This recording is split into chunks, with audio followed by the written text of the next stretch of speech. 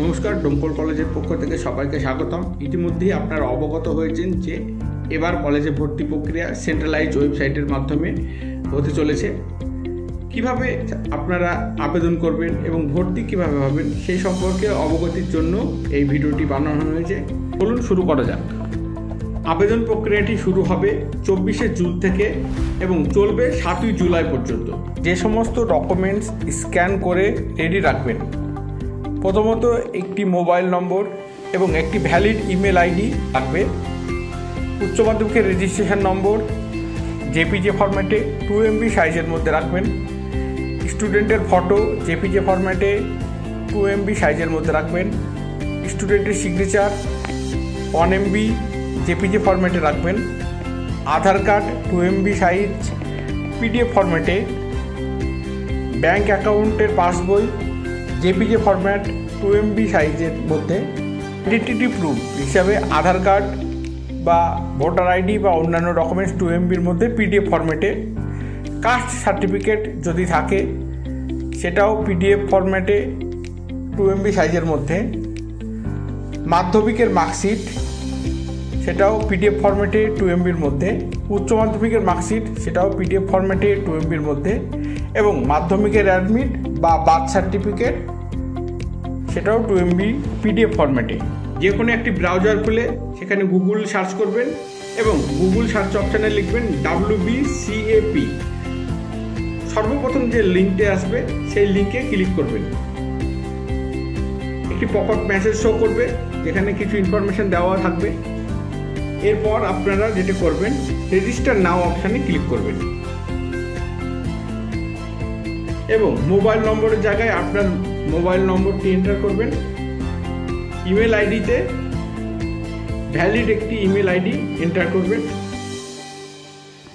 Save and continue অপশানটিতে click করবেন। পরবর্তী স্টেপে চলে আসবে।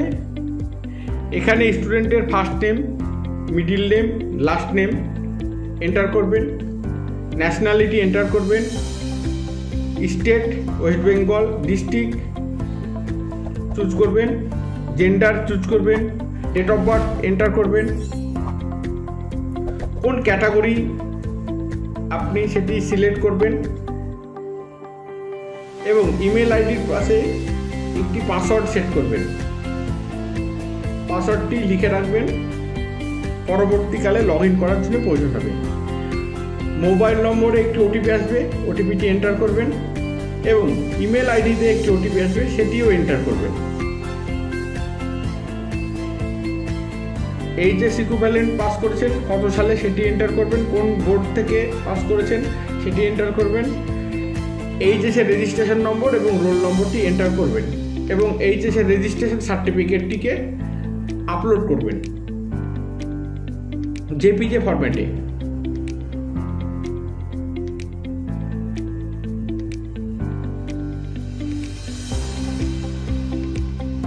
আই এগ্রি বাটনে চেক দিবেন এবং কমপ্লিট ইউর রেজিস্ট্রেশনে ক্লিক করবেন। রেজিস্ট্রেশনটি আপনার সম্পূর্ণ হলো।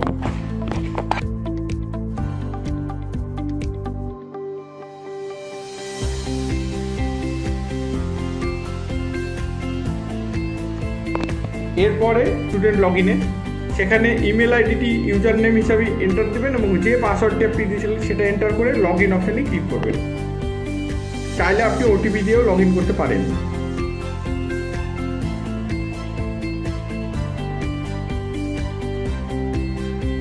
লগ ইন হয়ে যাওয়ার পর আপডেট প্রোফাইল অপশানে দেখবেন 0% কমপ্লিট দেখাচ্ছে, অর্থাৎ আমাদের এখানে একটি প্রোফাইল ক্রিয়েট করতে হবে।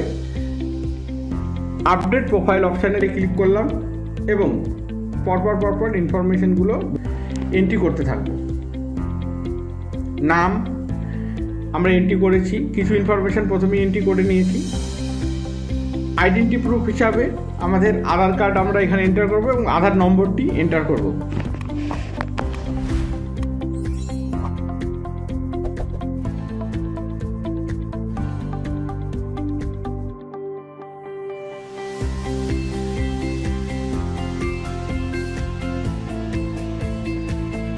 মেরিটাল স্ট্যাটাস এন্টার করব। ব্লাড গ্রুপ জানা থাকলে এন্টার করব।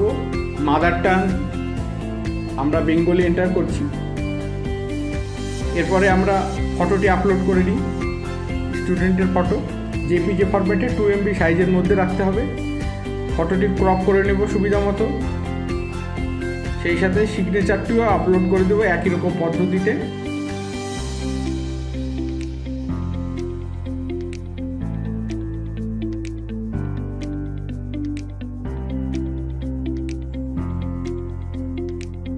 ফটো ও সিগনেচার আপলোড হয়ে গেছে। অন্যান্য ইনফরমেশানগুলো যেমন রিলিজিয়ান, আরও যেসব ইনফরমেশান আছে সেগুলো আমরা করব।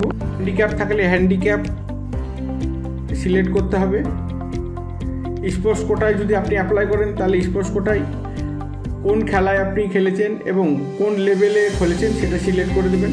আমরা এখানে কিছুই করছি না, আমরা একটি নর্মাল আবেদন করছি। বাংলা শিক্ষা আইডি যদি আপনার থাকে তাহলে সেটি এন্টার করবেন।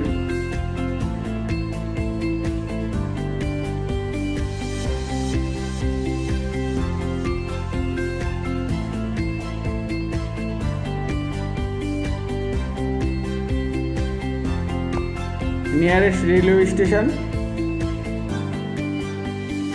এন্টার করে দেবেন। এরপরে আপনাকে ব্যাংকের ইনফরমেশনটা এন্টার করতে হবে। প্রথমে কোন ব্যাংকে আপনার অ্যাকাউন্ট আছে সেটি সিলেক্ট করবেন। এখানে আমরা স্টেট ব্যাংক সিলেক্ট করলাম।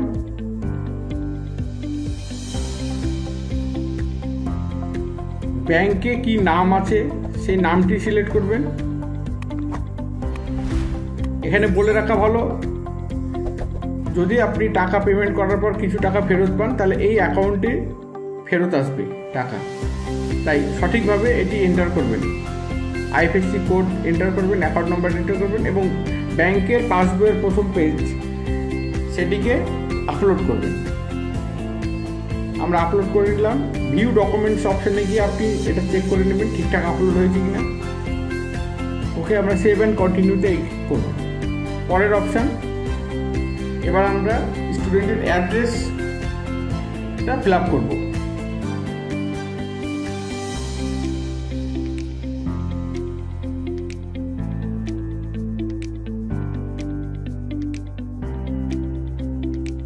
আমরা অ্যাড্রেস ফিল আপ করছি।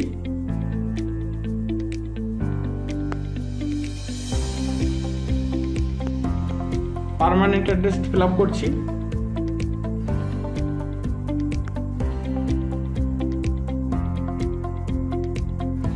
কমিউনিকেশন অ্যাড্রেস আমরা সেভ করে দিলাম। সেভ অ্যান্ড কন্টিনিউ করে এগিয়ে গেলাম পরে। এবার আমরা বাবার ইনফরমেশান ফিল আপ করবো। First name, last name, middle name এবং মোবাইল নম্বর, অকুপেশান, কোয়ালিফিকেশান, এই সমস্ত ইনফরমেশানগুলো আমরা এক এক করে এন্ট্রি করতে থাকবো।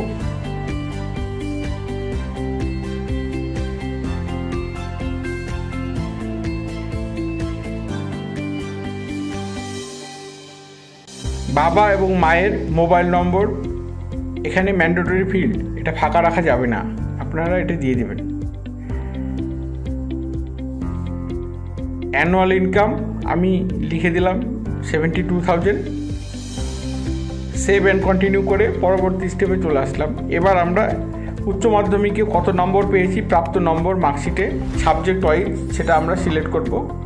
প্রথমে লিখলাম বাংলা ফার্স্ট ল্যাঙ্গুয়েজ। এবার নাম্বারগুলো আমরা এক এক করে বসাতে থাকবো। ইংলিশ সেকেন্ড ল্যাঙ্গুয়েজ, অন্যান্য একটু দ্রুত এগুলো আমরা বসিয়ে দিচ্ছি। উচ্চ মাধ্যমিকেরটা বসানো হলে মাধ্যমিকের প্রাপ্ত নম্বরগুলো আমরা বসাবো।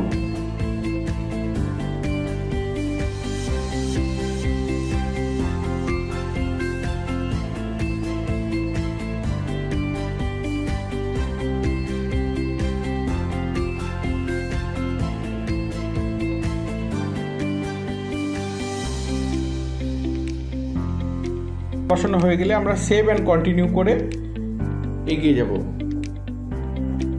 এরপরে আমাদের ডকুমেন্টস আপলোড করতে হবে। আইডেন্টি প্রুফ হিসাবে আমরা আধার কার্ড আপলোড করব।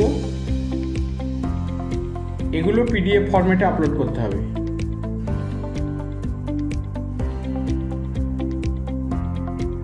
যেহেতু আমরা ওবিসি করেছি তাই ওবিসি সার্টিফিকেটটা আপলোড করব। এরপরে মাধ্যমিকের মার্কশিট আপলোড করব। পরবর্তীতে উচ্চ মাধ্যমিকের মার্কশিটটা আপলোড করব এবং সবশেষে আমরা বয়সের প্রমাণপত্র হিসেবে মাধ্যমিকের অ্যাডমিট কার্ড আপলোড করব। আপনারা চাইলে বার্থ সার্টিফিকেট বা মাধ্যমিকের রেজিস্ট্রেশনও আপলোড করতে পারেন। এরপরে আমরা প্রিভিউ করে দেখে নিব যে আমাদের সব কিছু ঠিকঠাক আছে কিনা। প্রিভিউ অপশানে গিয়ে আমরা চেক বক্সে ক্লিক করব, ঠিক আছে সমস্ত চেক বক্সে পরপর ক্লিক করব। অ্যাকনলেজমেন্ট এবং কনফার্ম করব।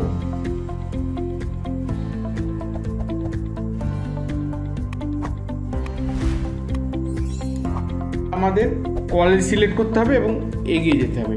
প্রথমে আমরা ডিস্ট্রিক্ট মুর্শিদাবাদ সিলেক্ট করলাম। কলেজ আমরা কোর্স সিলেক্ট করব, কোন কোর্সে আমরা ভর্তি হতে চাইছি। যেমন বিএ অনার্স অ্যান্ড রিসার্চ কোর্সে আমরা ভর্তি হতে চাইছি। ডোমকল কলেজে আমরা অ্যাপ্লাই করতে চাইছি। প্রথমে ডোমকল কলেজে 6টি বিষয় দেখাচ্ছে এখানে। আমরা প্রথমে দেখে নিই, ওটা বাংলা সাবজেক্ট। ওয়েবসাইটে ক্লিক করলাম। ওয়েবসাইট, ইমেল এবং কন্ট্যাক্ট নম্বর শো করছে। পাশে সিট ম্যাট্রিক্সে ক্লিক করলে আমরা কত সিট আছে ওই কলেজে, কোন কোন ক্যাটাগরিতে কত সেটা দেখতে পাবো। এরপরে হচ্ছে কোর্স ফিজে যদি আমরা ক্লিক করি তাহলে ওই সাবজেক্টের কোর্স ফি কত, ভর্তির সময় কত লাগবে এবং টোটাল কত টাকা লাগবে সেটা শো করবে। এরপরে হচ্ছে এলিজিবিলিটি ক্রাইটেরিয়া, কত নাম্বার পেলে আপনি সাবজেক্টটি পাবেন সেটি এখানে লেখা থাকবে। এবার চেক এলিজিবিলিটি ইয়েলো বাটনে আমরা ক্লিক করব। অ্যাড টু প্রসেস লিস্টে আমরা ক্লিক করব। এখানে একটি কম্বিনেশন সিলেক্ট করব, প্রসিড করব। Select preference 1, add. ওকে, আমাদের একটি সাবজেক্ট চুজ করা হয়ে গেছে। কন্টিনিউ সার্চ, আমরা এবার ইংলিশ সাবজেক্টে চুজ করব। একই রকমভাবে আরেকটি কম্বিনেশন চুজ করব, প্রসিড, অ্যাড। ওকে, কন্টিনিউ সার্চ, আমরা আরেকটি সাবজেক্ট হিস্ট্রি এটি চুজ করব।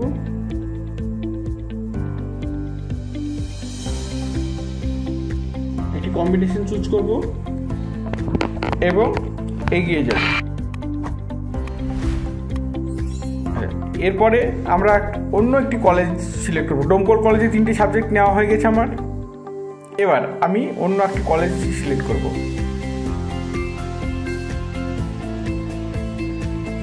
এবং সেখান থেকেও আমি অনুরূপভাবে সাবজেক্ট সিলেক্ট করব। খুব দ্রুত আমরা এভাবে 25টি সাবজেক্ট পরপর সিলেক্ট করে নেব।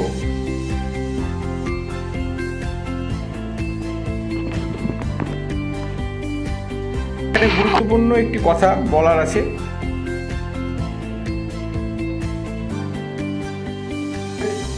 মধ্যে সমস্ত কলেজে 25টি সাবজেক্ট সিলেক্ট করতে পারবেন।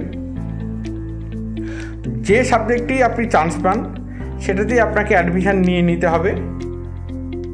এবং আপনি যদি মনে করেন যে পরবর্তীতে অন্য বেটার চান্স পাবো, সেক্ষেত্রে আপনাকে আপগ্রেড অপশানে ক্লিক করে দিতে হবে। অ্যাডমিশন হওয়ার পরেই আপগ্রেড অপশানে ক্লিক করতে হবে। যদি আপনি অ্যাডমিশন না নেন তাহলে কিন্তু আপনার পরবর্তীতে আর কোনো সুযোগ আসবে না। আপনি যখনই চান্স পাবেন তখনই অ্যাডমিশন নিয়ে নিতে হবে এবং আপগ্রেড অপশানটি চুজ করতে হবে। তাহলে আপনি পরবর্তীতে বেটার চান্স পেলে আবার শিফটিং হবেন। টাকা পয়সা অটোমেটিক অ্যাডজাস্ট হতে থাকবে। যদি আপনার বেশি লাগে আপনাকে দিতে হবে, যদি আপনি ফেরত পান তাহলে আপনি যে ব্যাঙ্ক অ্যাকাউন্ট দিয়েছেন সেখানে ফেরত আসবে। অ্যাডমিশন না নিতে কিন্তু পরবর্তীতে বেটার সুযোগ আসলে আপনি সেটি করতে পারবেন না। এক এক করে আমরা 25টি সাবজেক্ট চুজ করে নিই এবং দেখে নিই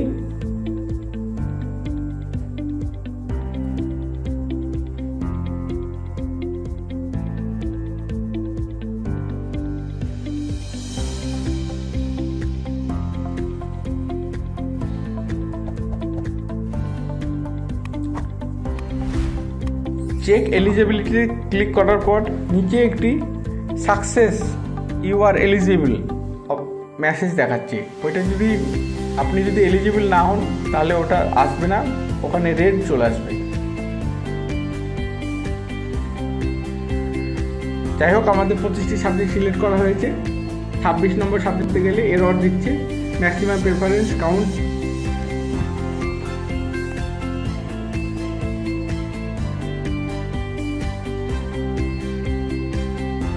এরপরে আমরা ডান দিকে ওপরে যে ফটো আইকনটি আছে সেখানে ক্লিক করব এবং ড্যাশবোর্ড অপশানে ক্লিক করব।